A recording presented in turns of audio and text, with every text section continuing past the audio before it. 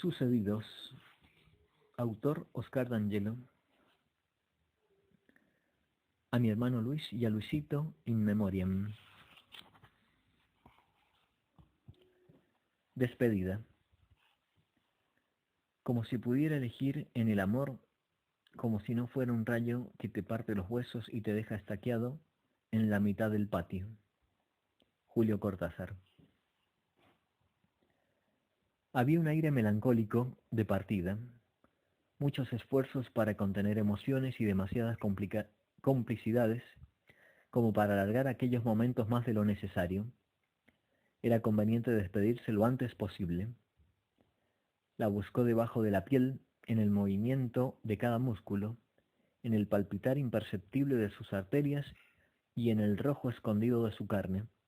Tal vez por eso, y porque anochecieron en la predilección de los silencios, ella la dejó entrar en su corazón para llevársela en cada latido. Mordió la agriedad del sollozo contenido y partieron entre voces, saludos y llantos. El aeropuerto poblado de zumbidos entrecruzados anestesió su tristeza y poco a poco el dolor de la separación se fue acomodando en su mundo interior. Las vivencias compartidas, asidas con una inconfundible prudencia y reserva, se hacían presentes en una sucesión de recuerdos nítidos y aglutinados. Ojalá Horacio no me hable, pensó, ojalá no me pregunte nada, ojalá pueda serenarme un poco. Y las turbinas entraron en ella hasta el fondo del fondo de su ser. Ya en pleno vuelo, su marido advirtió la falta de los periódicos del día en su asiento. Una vez conseguidos estos, Mara se relajó mientras Horacio leía, para continuar degustando aquellos placeres vivenciales que aún permanecían en su piel. No podía ni quería olvidar aquel rasgo de sagaz buceadora y aquella mujer provista de atributos sorpresivos y profundamente vitales. Emilia la sostuvo desde los primeros momentos del encuentro en la playa, tan solo con el lenguaje de la mirada. Sabía mirar por encima de las palabras, enviaba los mensajes del deseo por arriba de los hombros del diálogo. Tal vez esa fue la característica más notoria en los umbrales de la relación. Intimaron muchísimas cosas más allá de la sexualidad, que por cierto fue profundamente satisfactoria para ambas. Emilia manejó la situación con mucha seguridad. Supo desde el principio que Mara no se atrevería a dar el primer paso. En realidad, en otras relaciones había sido ella quien tomara la delantera. El encuentro fue casual, es verdad. Fueron los maridos quienes estaban conversando cuando la descubrió detrás de ese hermoso rostro que no olvidará jamás. Apenas hicieron las presentaciones formales, ya Mara había penetrado como un rayo de fuego hasta el fondo inacabable de su apetencia. Al día siguiente, el encuentro fue en el mismo sitio. Las dos estaban mucho más hermosas. Sus arreglos personales, la elección del traje de baño, el peinado, el delineado de sus ojos y la mirada, especialmente la mirada, giraba alrededor de la conquista. Mara llevaba en sus manos un libro de José María Arguedas, El Sexto, pero bien sabía que esa tarde no podría concentrarse más de un minuto en la lectura. Su mente sobrenadaba en una nube silenciosa y mágica, inhabilitada para cualquier cosa que no fuera soñar y gozar. Cuando Emilia le pidió el libro para hojearlo, los dedos de sus manos se tocaron por un instante. Mara sintió como pocas veces en su vida que se desmayaría ahí mismo. En un segundo de tiempo su piel se encrespó con millones de diminutas montañas de inexplicable deleite. Sabía que ya no podía retroceder, también que no quería retroceder. Emilia abrió el libro en la segunda página, leyó con atención parte del prólogo escrito por Mario Vargas Llosa, lo cerró y lo mantuvo entre sus manos acariciándolo con sus largos dedos, atractivos y beligerantes. Enorme fue la sorpresa de Mara cuando Emilia, con una pasmosa seguridad, comenzó a hacer comentarios de la obra del escritor peruano. Habló de Arguedas, de su relación con el indigenismo del altiplano andino, de su militancia en defensa de la República Española, de sus años de cárcel. Describió una a una las obras del escritor, como etnólogo y como novelista.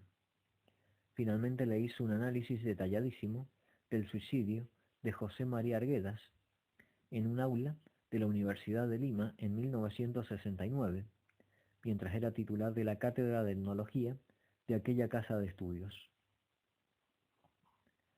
Mara la escuchaba con una atención inusual. Intuyó que podría amar sin límites a esa mujer desde el comienzo, pero nunca imaginó que su intelecto fuese tan brillante y cautivador. Desde ese día hasta que se acostaron por primera vez pasó una semana. Durante esos 7 días habían tomado sol, desayunado todas las mañanas los 4 juntos, almorzado 2 veces y cenado en la cantina del hotel 3 noches. En la última, Mara deslizó, mientras los demás discutían fervientemente de política, su mano por debajo de la mesa, por sobre su misma pierna. Emilia extendió la suya, y ambas manos se apretaron con una fuerza palpitante y efusiva. Los dedos se entrecruzaron y hablaron en un lenguaje de movimientos y tactismo de abismal satisfacción. El arrullo amoroso de los dedos se llevaba a cabo sobre la pierna derecha de Mara. El vestido fue desplazado lo suficiente para contactar el diálogo apasionado con la piel suave y tensa de aquella mujer que estaba viviendo uno de los momentos más felices de su vida. ¿Qué hago, por Dios? ¿Qué hago? Nunca me pasó esto. Nunca sentí lo que siento. Tengo miedo, tengo pánico. Tengo ganas que pase pronto lo que tiene que pasar. Tal vez sea solo un sueño y al despertar pueda controlarme. Pero no, no es un sueño. Tampoco quiero dormirme, porque si me duermo podría hablar dormida y sería terrible, terrible. Las horas que siguieron se desarrollaron con moderada prudencia. Ya nada impediría la comunión en el espacio más lujurioso de la sensualidad. Faltaba solo acordar el lugar y la hora, cosa que Emilia planificó al día siguiente, después que los maridos concertaron en visitar una agencia de automóviles, para lo cual dispondrían de toda la tarde de ese mismo día. Mara llevaba 6 años de casada y durante los últimos 4 realizó sin éxito diversos tratamientos para quedar embarazada. No sabía si deseaba o no tener un hijo, pero lo mismo se sometió a los diversos y consternados rebusques médicos. Entre inseminaciones artificiales, frigidez y manipuleos justificados en nombre de la ciencia y la sabiduría, pasó el último año, hasta que después de muchos rodeos, obtuvo el diagnóstico de esterilidad primaria. En la primera relación con Emilia, luego de haber hecho el amor entre la excitación sofocante y una singular extrañeza, hablaron de la plenitud de las emociones compartidas, y en la tristeza esparcida sobre el postcoitum, también hablaron de la infertilidad de Mara. Este tema, conversado con su marido y con Emilia, les resultó igual que mirar el mismo paisaje, de noche y de día, y lejos de caminar hacia un sombrío y nostalgioso destino, después de acostarse con ella, sintió que volvía de él, de la nostalgia, de las sombras. Percibió que estaba en el reverso de algo, en la retaguardia de las formas, pero fundamentalmente advirtió que habitaba en un espacio donde el amor se encarna mucho más allá de las palabras. Los días pasaron cabalgando en una niebla de letargo con algunos inciertos chispazos de conciencia, hasta que llegó la despedida descarnada, cómplice del suplicio y del dolor. El avión atravesó las nubes, una alfombra blanca algodonada acompañó el vuelo, y su pesadumbre de enamorada silenciosa se fue aliviando cuando recordó que hacía apenas una semana habían observado y disfrutado juntas la señal cromática de la positividad del EVA-test. Estaba tristemente feliz. Llevaba en las entrañas de su corazón un hijo de Emilia.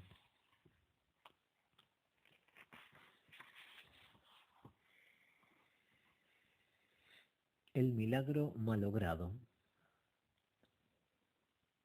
Sería un milagro si pudiera en este momento darme vuelta y hablarle, pensó Mario, aunque más no sea 2 o 3 palabras, o tan solo mirarla para devolverle con una sonrisa todo este placer que me está produciendo. Sería un verdadero milagro, volvió a pensar, pero el milagro no se producía. La mañana era fría y luminosa, con el tinte desértico y despoblado de los inviernos mendocinos en zonas rurales. El ronquido del motor de los micros penetraba hasta lo más profundo de su oído. Mario viajaba todos los días a la misma hora, de un pueblo a otro, al colegio secundario. Estudiantes, trabajadores y empleados, en ese horario llenaban los colectivos de tal manera que, además de los asientos repletos, viajaban agrupados en los pasillos y hasta en los estribos y escaleras de los mismos. Apretados e incómodos, cientos de pasajeros lo hacían diariamente, durante 20 o 30 minutos, tiempo que tardaba para recorrer los 8 kilómetros que separaban los dos conglomerados urbanos, unidos por una zona rural donde los viñedos y los árboles frutales, sin hojas, reinaban entre el hielo y la escarcha. Mario navegaba en su mundo interior, recorría peregrinando desde sus miserias hasta las más esplendorosas utopías quiméricas. Su mundo lúdico era ilimitado y marcadamente clandestino, escondido, inconfesable casi siempre, marcado por un ritmo corporal y cronológico, a veces desconcertante, a veces pleno de estabilidad y coherencia. Ese día le trastornaba la sola idea de no verla. Una obsesión rumiante invadía la fugacidad de los segundos y la redondez de los minutos.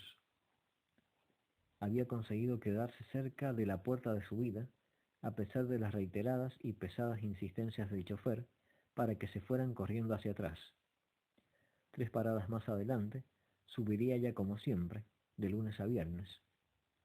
En una oportunidad en que no lo hizo, quién sabe por qué motivos, experimentó durante todo el día una extraña inquietud, una melancolía y particular ansiedad, un desconsuelo descarnado e indefinido.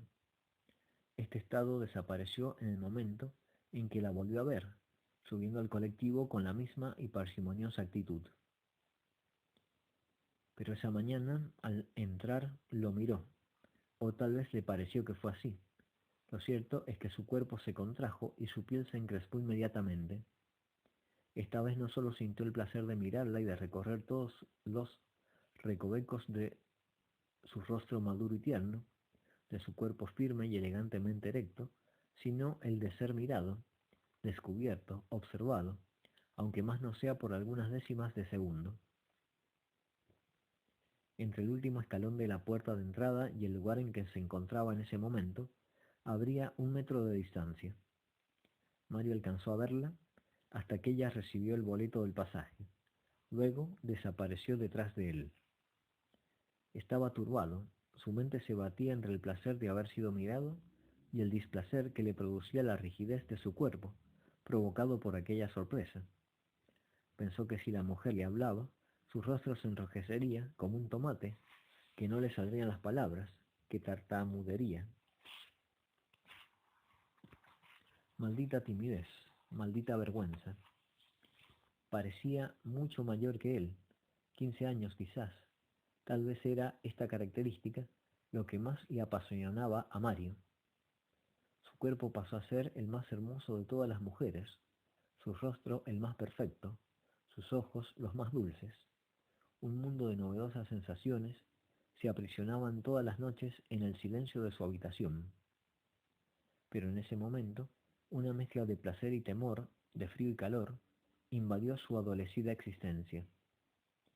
Seguro que si me habla, se me trabará la garganta, me saldrá la voz de pito. Si me ha mirado, puede hablarme. Ay, Dios mío, que no me hable, que no me hable. A los pocos segundos en la cara no le cabía más rojo, ni en su cuerpo más transpiración. Su figura desapareció del ángulo de la mirada, ya no la veía más de reojo, ni se animaba a mirar hacia donde suponía que podía hallarse en esos momentos. Por favor, córranse hacia el fondo, decía una y otra vez el chofer. La puerta de bajada es por atrás. repetía mirando por el espejo retrovisor, adornado por unas estampitas de vírgenes de un lado y por un atadito de ramas de olivo secas del otro. Mientras la mayor parte de los pasajeros se corrían algunos centímetros hacia la parte posterior, entre apretujones y remesones, Mario sintió que ella intentaba pasar entre las 3 filas de personas ubicadas detrás de él. Fue entonces cuando advirtió que se detuvo y sintió que su nalga izquierda rozaba la pierna de ella. A muy poca distancia de su nuca presentía su respiración, su mirada, su rostro y su infinita ternura. Aprovechó los movimientos del colectivo, acompañando exageradamente los vaivenes del mismo, para contactarse con ese cuerpo, que por cierto era el más perfecto y elegante que conociera. El chofer volvía a pedir por favor que se corrieran hacia el fondo, pues en todas las paradas se detenían para que continuara subiendo gente. En el interior del ómnibus se respiraba un aire denso, a pesar de la frialdad de la mañana. Después de una brusca frenada, Mario intentó reacomodar su cuerpo desplazándose un poquito más hacia atrás. Fue allí cuando notó su pecho, situado en el espacio entre su espalda y el brazo. Por algunos segundos quedó inmovilizado. No podía creer lo que estaba experimentando, mientras una mezcla de placer y rubor invadía nuevamente su alma. Ya no contactaba con su pierna, pero al sentir su pecho en el dorso, lo hacía el hombre más feliz del mundo. Era la primera vez que recorría esos lugares tan novedosos del placer. Una onda caliente circulaba por todo el cuerpo y estuvo poseído por el imperio de ese deleite sin demasiada conciencia de la realidad. Tal satisfacción se ubicaba en un espacio no precisado de su interioridad convulsionada. Quería que esos momentos se prolongaran y pudieran desembocar en algún lugar, en algún sitio, donde no reinara esa tremenda indecisión. Eran ataduras dolientes que lo envolvían en una red de inhibiciones que él solía llamarle vergüenza. Su timidez representaba una herida en el alma que estaba convencido no cicatrizaría jamás. Aprovechaba los movimientos del colectivo para frotar el borde de su espalda con la punta de aquel pecho, que al contacto lo sentía dulcemente tierno y turgente. Si pudiera darme vuelta y sonreírle, sería el ser más afortunado del planeta, rumiaba en sus cavilaciones. Solo me conformaría con decirle gracias. El colectivo continuaba la ruta de todos los días y en unos minutos más, su amada comenzaría a desplazarse hacia atrás para bajar. Luego, como siempre, con esa elegancia que tanto le gustaba a Mario, caminaría media cuadra en la misma dirección para girar a la derecha y perderla de vista, hasta la mañana siguiente, donde se encontraban el entusiasmo y la emoción en el mismo lugar. Navegando sin timón, venció en sus fantasías la vergüenza e imaginó que era ella que le hablaba, que lo saludaba, que le acercaba el otro pecho, que él le preguntaba dónde podían encontrarse, que la amaba desde el mismo día que la vio subir por primera vez al colectivo, hacía más de un año, que la quería sin conocer siquiera su nombre, que pasaba horas enteras pensando en ella, que de noche se despertaba disfrutándola en sus pensamientos, que al recordarla caminar, su corazón latía furioso queriéndose salir. Y mientras seguía gozando con el roce de su pecho en la espalda, imaginó que podía decirle que deseaba vivir con ella para siempre, que le agradecía profundamente que se acercara, ya que él nunca hubiese podido hacerlo, aunque lo anhelaba desde el fondo de su alma. En ese momento su excitación era tal que no pudo pensar más. Solo una minúscula chispa de reflexión lo llevó a darse cuenta que el ómnibus ya estaba detenido en la parada donde habitualmente se bajaba. Miró instintivamente hacia la puerta trasera y la vio descender. Se estremeció, pero esta vez no de placer, pues aún sentía en la parte posterior del mismo el suave pecho de su amor. Se dio vuelta rápidamente, venciendo milagrosamente la timidez, para descubrir que lo que creyó que había sido el seno de aquella mujer solo era el codo de una anciana que se hallaba de pie de espalda a la suya.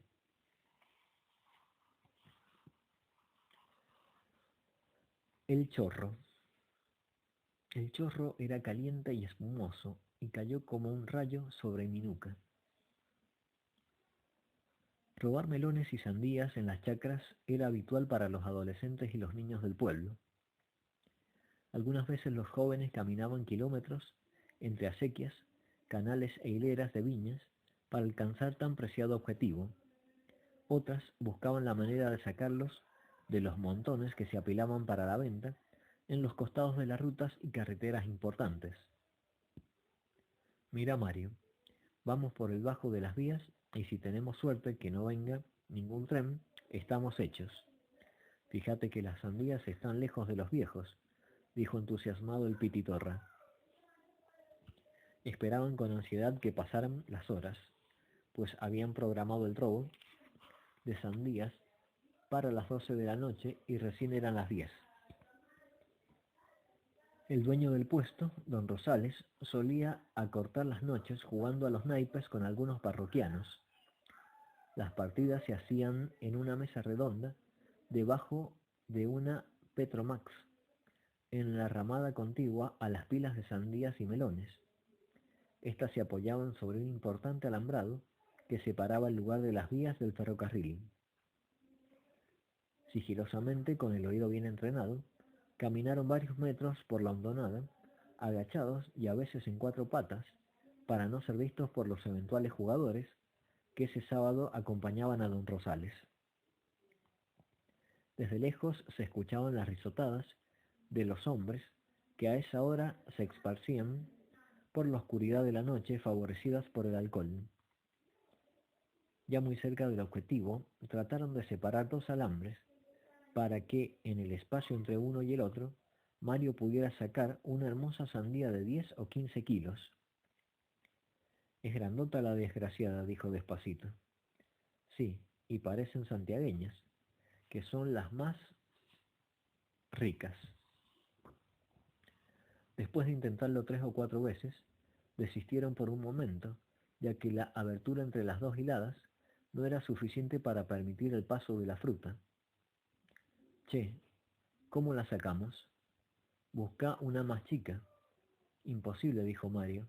Las más chicas están muy lejos, no las alcanzo. En el preciso momento en que decidieron recurrir a una pinza para seccionar parte del alambrado, los dos adolescentes quedaron paralizados de pánico cuando uno de los integrantes de la mesa de juego, con una notoria borrachera, se acercaba al lugar donde estaba por cometerse el saqueo. Por temor a ser descubiertos si emprendían la huida, optaron por agacharse, quedándose inmóviles junto a un poste, con la cara contra el suelo a muy pocos centímetros del rincón donde vino a apoyarse el trasnochado y alegre jugador. La noche sin luna favoreció en un principio a los jóvenes que se confundían con los matorrales. Mario agarró su cabeza como queriendo protegerla de algún mal presagio y mordió sus labios para no hablar, ni gritar, ni sollozar. Inmediatamente las cosas se complicaron. Las conjeturas y el silencio se hermanaron por unos segundos, esperando el designio del destino. Y mientras Mario sentía que podría morirse ahogado o estrangulado por el terror y la pestilencia, el alegre borrachín miraba las estrellas mientras orinaba, buscando detenerse en algún punto fijo para aliviar su vértigo alcohólico y no vomitar en ese mismo momento y lugar.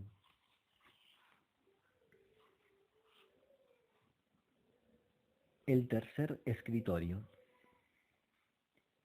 Su escritorio era el tercero de la fila de la izquierda, de un total de 6. A la derecha de las columnas del banco habían 3 más. El del centro estaba reservado para el jefe de la sección. Mercado trabajaba en esa sucursal desde hacía 35 años. Solamente fue trasladado de cargo 2 veces. Allí atendía a los clientes de caja de ahorro desde 1970. Antes de ese año, trabajó en el departamento de cuentas corrientes.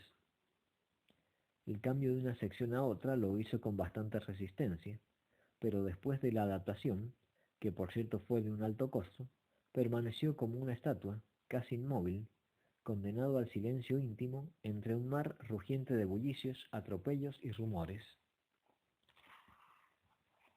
A medida que los clientes llegaban con un número en la mano, él los saludaba con una amabilidad tan pétrea como automática, y mientras escuchaba con una oreja, con la otra oía el murmullo de una pequeña radio a transistores que se hallaba en un cajón semiabierto del escritorio. Antes que el eventual cliente terminara de explicar el motivo de estar sentado ahí, del otro lado del escritorio, Mercado ya había sacado la solicitud de ingreso a la caja y con una voz monocorde se escuchaba: ¿Qué monto quiere depositar? ¿En pesos o en dólares? Bueno, firme aquí. Mientras lo hacían, aprovechaba para subir levemente el volumen con la mano izquierda. Si se demoraban en firmar, esto le posibilitaba oír el viejo aparato algunos segundos más, cosa que agradecía en silencio. Cuando tardaban en ponerse de acuerdo en el monto a depositar, solía sacar de uno de los cajones un viejo y amarronado papel que aparentaba leer atentamente. Era una copia de su ingreso al banco firmado en 1962 por el gerente general. En 1973, antes de las elecciones del 11 de marzo, la sucursal recibió algunos mobiliarios nuevos: 2 escritorios, 5 o 6 sillones giratorios y una máquina de escribir Remington para cada empleado. Mercado no quiso recibirla, insistió en que podía seguir trabajando con la prolijidad y eficiencia que se le pidiera, pero lo haría con lapicera, como siempre. Harán un curso de dactilografía a cargo del banco, para adaptar los trabajos a las exigencias de la modernidad, ordenó el jefe. No me vengan a mí con cosas modernas, pensó el prolijo empleado. Seguiré haciendo las inscripciones y cualquier trabajo que se me pida, pero no pienso sentarme ni un minuto delante de ese armatoste. La verdad es que Mercado fue en la historia del banco el empleado más eficaz, pero no concurrió a ninguna clase de dactilografía, y cuando hubo que poner en práctica el funcionamiento de la Remington, tomó su licencia anual, la primera desde que trabajaba allí. Al retomar sus actividades, después de 45 días de vacaciones, su rostro estaba pálido. Sin duda, lloraba por dentro. Algún taladro agujereaba su alma. Estuvo en su escritorio 20 minutos antes de la hora de entrada, aunque siempre llegaba con 5 o 10 de antelación. Quiso saludar con la mecánica cortesía habitual, lográndolo a medias. Verificó si sus cosas estaban en orden en los cajones e inmediatamente extrajo del bolsillo del saco la radio portátil y la puso en el sitio designado para ella. Con un impecable estuche estaba la máquina de escribir en un extremo del escritorio, sin haber sido nunca destapada. Mercado no la miró. La Remington era una coartada en el rítmico y automático ejercicio repetitivo. A los pocos minutos de iniciada la jornada laboral, comenzó con los rituales de siempre, prolijos, ordenados, calculados, casi sagrados. Se repetía interiormente: ahora vendrá el jefe. Luego encenderá un cigarrillo el petizo Ferrari. Qué raro, todavía no abre la ventana el Pancho. ¿Qué le pasará a Moreira, que aún no cuenta cuánto perdió o ganó anoche al truco? Sus compañeros no tardaron en hacer sonar las teclas y los carros de las bulliciosas máquinas de escribir. A media mañana, el encargado pasó más de una hora tratando de convencerlo para que la usara, sin éxito. Al día siguiente fue llamado por el gerente para el mismo fin. Allí estuvo prolongado rato, a puertas cerradas. Cuando salió de su oficina, el cuerpo se desplazaba con la plasticidad de un muñeco de madera, y nadie nunca supo qué se habló en ese encuentro. Un manto de silencioso misterio cubrió aquella reunión para siempre. El tercer escritorio permaneció vacío durante los siguientes días. Un certificado médico, traído por la esposa de Mercado, justificaba aquella ausencia de una semana.